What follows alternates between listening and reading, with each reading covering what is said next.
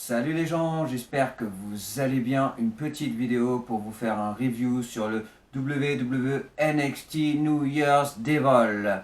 Alors sincèrement, en général, c'était un bon show, mais en tout cas, on voit ça tout de suite ensemble. Tout d'abord, tout commence avec Dexter Lumis. Déjà, tu vois la salle vide, il n'y a rien du tout. Et tu as Dexter Lumis qui arrive et qui regarde autour de lui et il n'y a rien, tout est éteint, etc.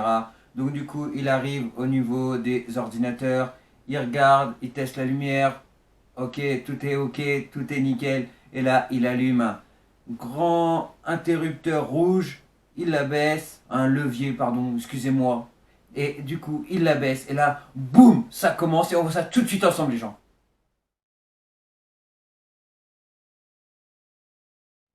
Damian Priest contre Karrion Kross. Alors déjà, un match pareil, forcément, tu t'attends à de la brutalité et forcément, c'était juste brutal et le match était énorme. C'était vraiment tout simplement un gros match pour ouvrir ce NXT et c'était vraiment juste énorme. La brutalité, tout ce qu'il fallait, c'était vraiment top. En plus, Karrion Kross, il a toujours des entrées malades accompagnées de Scarlett et sincèrement, c'était juste énorme. À savoir, petite info, Damian Priest aurait dû être à SmackDown la semaine dernière et du coup il n'y a pas encore été. Donc il y a de grandes chances qu'ils l'ont gardé pour ce NXT là et ensuite par la suite il ira dans le roster principal. Donc à mon avis pour Damian Priest c'était le dernier match et nous avons donc une victoire de Karrion Kross. Ensuite on nous annonce que le premier tour du Dustin Rhodes Tag Team Classique aura lieu à partir de la semaine prochaine. Et à savoir, un peu plus tard dans la soirée, ils vont nous annoncer qu'il y aura aussi un Dustin Rhodes Women Tag Team Classique qui aura lieu pour la première fois de l'histoire.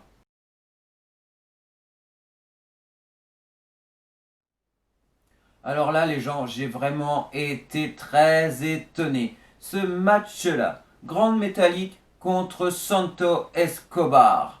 Donc sincèrement, j'ai dit mais qu'est-ce que les Lucha font ici? Ils étaient dans le roster principal, ils ont gagné leurs deux derniers matchs et là, ils sont là. Alors moi, sincèrement, j'ai dû rater un épisode parce que je n'ai pas compris pourquoi ils sont là tout simplement. Alors qu'ils ont gagné leurs deux derniers matchs les semaines précédentes. Donc là, c'est quand même un truc de fou. Qu'est-ce qu'ils font ici? Sincèrement, les gens, je n'ai pas compris. Mais bon, ce qui est sûr, c'est qu'il y a eu Grande Métallique contre Escobar. Forcément, c'était un match très lucha.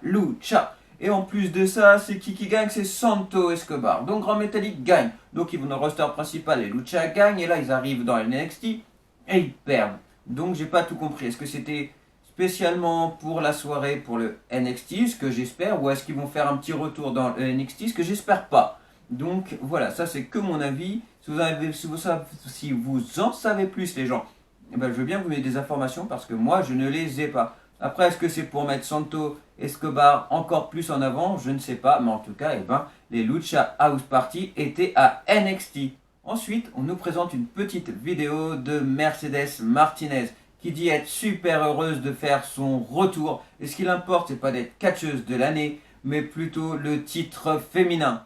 Chiali contre Katrina Cortez. Bon, alors je vais faire aussi vite que elle. Voilà, leur match est relativement très rapide, donc j'ai pas grand chose à dire. Victoire de Chiali. En coulisses, William Regal nous informe que Timothy Thatcher est blessé, donc le Fight Pit qui devait avoir lieu contre Tommaso Ciampa sera reporté.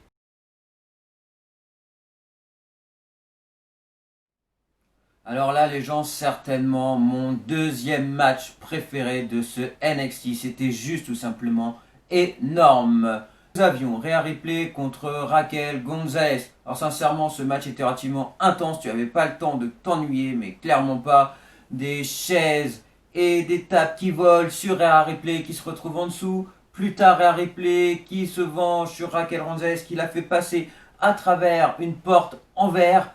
Ensuite, elle fait une petite dédicace à la DX Suck It. Et du coup, elle saute sur Raquel qui était sur une table un peu plus bas. Là, un peu plus tard, tu as qui arrive juste après ça, Dakota Kai qui arrive pour mettre des coups de kendo stick à Rhea, sauf que le seul problème c'est que du coup elle va le regretter parce que tout simplement Rhea Ripley la voit venir, elle l'enferme dans un vestiaire, elle ferme la porte, en plus elle met un un gros bloc, un gros coffre juste devant. Donc c'est sûr certain qu'elle risque pas de passer, c'est juste impossible. Et donc du coup elle se retrouve bloquée. Donc ensuite elle arrive sur le devant de l'entrée. Et là, qu'est-ce qui se passe? Elle se frappe l'une contre l'autre. Et c'est la grosse misère, la grosse bagarre. Et là, du coup, tu as Raquel Gonzalez qui fait un gros chokeslam sur Rhea Ripley. Rhea Ripley traverse le sol de l'entrée. Elle arrive en dessous à 100 castres comme pas possible, la pauvre. Et du coup, c'est une victoire de Raquel Gonzalez. Ensuite, nous avons Johnny Gargano qui arrive avec Candice LeRae qui tout simplement, Johnny Gargano est très fier, il dit que ça c'est une entrée, que voilà, ils sont vraiment fiers d'être là. En plus, il dit qu'il est vraiment super content d'avoir défendu avec succès mercredi dernier sa ceinture. Et du coup, pour le féliciter, Candice lui dit et lui offre également une plaque, tout simplement pour célébrer cela. On lui offre aussi un petit fan art où on les voit en super-héros. Et donc voilà, c'est super bien, c'est super énorme jusqu'au moment où Shotzi Blackheart arrive avec Kushida. Et là, du coup, c'est la grosse guerre. Et sincèrement, ça, c'est vraiment pas mal, je trouve. Shorty Blackheart contre Kushida. Avec Kushida, c'est juste. Moi, je trouve ça encore énorme. C'est une équipe vraiment super sympa. C'est vraiment. Moi, en tout cas, je trouve qu'ils vont bien ensemble et c'est vraiment intéressant. Je trouve ça vraiment sympa, classe. Et du coup, voilà, en tout cas, et ben, il y a eu une petite baston entre deux, forcément. Et du coup, Austin Theory a voulu aider l'équipe à Johnny Gargano, sauf que le problème c'est que Kushida l'a vu. Donc du coup, il l'a éjecté dans un coin du ring. Et en plus de ça, il a chopé Johnny Gargano et il le plaque. Et Johnny Gargano arrive sous la ceinture de Austin Theory. Donc forcément, eh ben, ça fait un peu mal. Kushida, c'est un fou, faut pas l'embêter Kushida. Donc voilà, en tout cas, victoire de Shotzi Blackheart et de Kushida.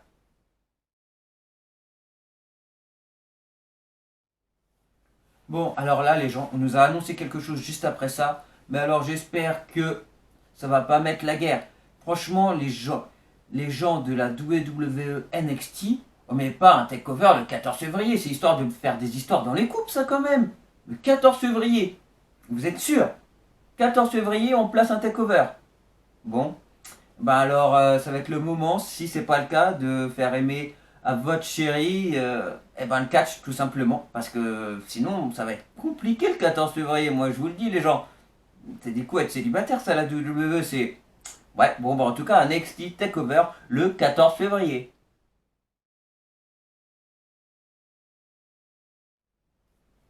Et là, le gros match, encore une fois, le gros match de la soirée. Kai O'Reilly contre Finn Balor. Alors déjà, grosse information.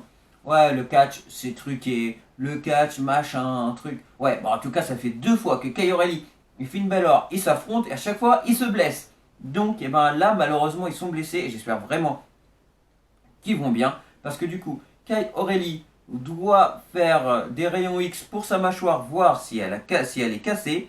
Parce que déjà, vous le voyez, tout simplement le coup que Finn Balor lui a mis, si vous avez vu le show, bah sinon Finn Balor lui a mis un coup. Et du coup, eh ben, il s'est potentiellement cassé la mâchoire, il faut qu'il voie ça. Et en fait, si vous voyez bien, si vous l'avez vu, et ben en fait, pendant tout le long du match, eh ben, il se tient à la mâchoire. Et franchement, voilà, franchement, c'est gros respect, sincèrement, honnêtement, parce que toi, tu te pètes la mâchoire, je peux te dire que tu pleures et tu vas à l'hosto direct, quoi. Et ben, eux, ils terminent leur match. Donc, rien que pour ça, moi, je leur dis un grand respect. Juste encore une fois, ils se mettent en danger et pour nous divertir. Et franchement, bah voilà, juste énorme et un grand respect à eux. Et d'un autre côté, aussi respect à Finn Balor qui se blesse encore pour la énième fois. Et là, ce coup-ci, il faut qu'il aille voir un médecin pour voir si son bras est cassé. Donc sincèrement, c'était vraiment un gros match avec beaucoup de chaînes en début de match comme bien souvent. Et voilà, c'était vraiment super bien la technique, c'était énorme et t'as pas le temps de t'ennuyer un match pareil. Sincèrement, mais ça c'est du catch les gens, c'est du vrai catch. Moi quand tu les vois l'un contre l'autre à chaque fois, mais c'est juste de la folie, c'est juste énorme. C'est grave classe. Kai O'Reilly, Finn Balor, mais c'est juste magique. Moi j'ai adoré. Bon bah là en plus ils ont donné de leur personne parce que sincèrement, une mâchoire et un bras en moins, sincèrement ça fait mal. J'espère qui vont bien à l'heure que je vous fais cette vidéo là. Je n'ai pas plus d'informations, j'en sais pas plus. Mais en tout cas, j'espère vraiment qu'ils vont bien et qu'ils sauront nous refaire encore un match parce que Je pense qu'il y a des matchs où tu peux rapidement te lasser quand tu vois toujours les mêmes personnes, ça devient lourd, etc. Mais là, Kay O'Reilly et Finn Balor, bah, tu t'ennuies pas tout de suite, quoi. Et c'est juste énorme. Bon, malheureusement, comme je viens de le dire, ils se sont blessés. En tout cas, les gens, voilà le review pour le NXT New Year's Devil. Moi, sincèrement, je l'ai juste trouvé énorme. Et donc, voilà, en tout cas, si vous l'avez vu, si vous l'avez aperçu, ça va savoir des passages, si vous avez vu, etc. N'hésitez pas à me dire en commentaire ce que vous en pensez. Et voilà, tout simplement, dites-moi si vous l'avez vu ou pas, et ce que vous en pensez, si vous avez vu ne serait-ce que des passages qu'on mis rapidement à WWE, etc. Parce que si t'as pas NXT TakeOver, c'est compliqué, mais après ils mettent toujours des extraits, etc. Donc peut-être que potentiellement vous avez vu au moins ces extraits-là. Donc si vous avez vu ça, dites-moi ce que vous avez pensé de ce NXT-là. En tout cas, voilà les gens, moi je vous dis à très vite. N'hésitez pas à liker, partager, vous abonner. Et nous on se dit à bientôt. Salut les gens!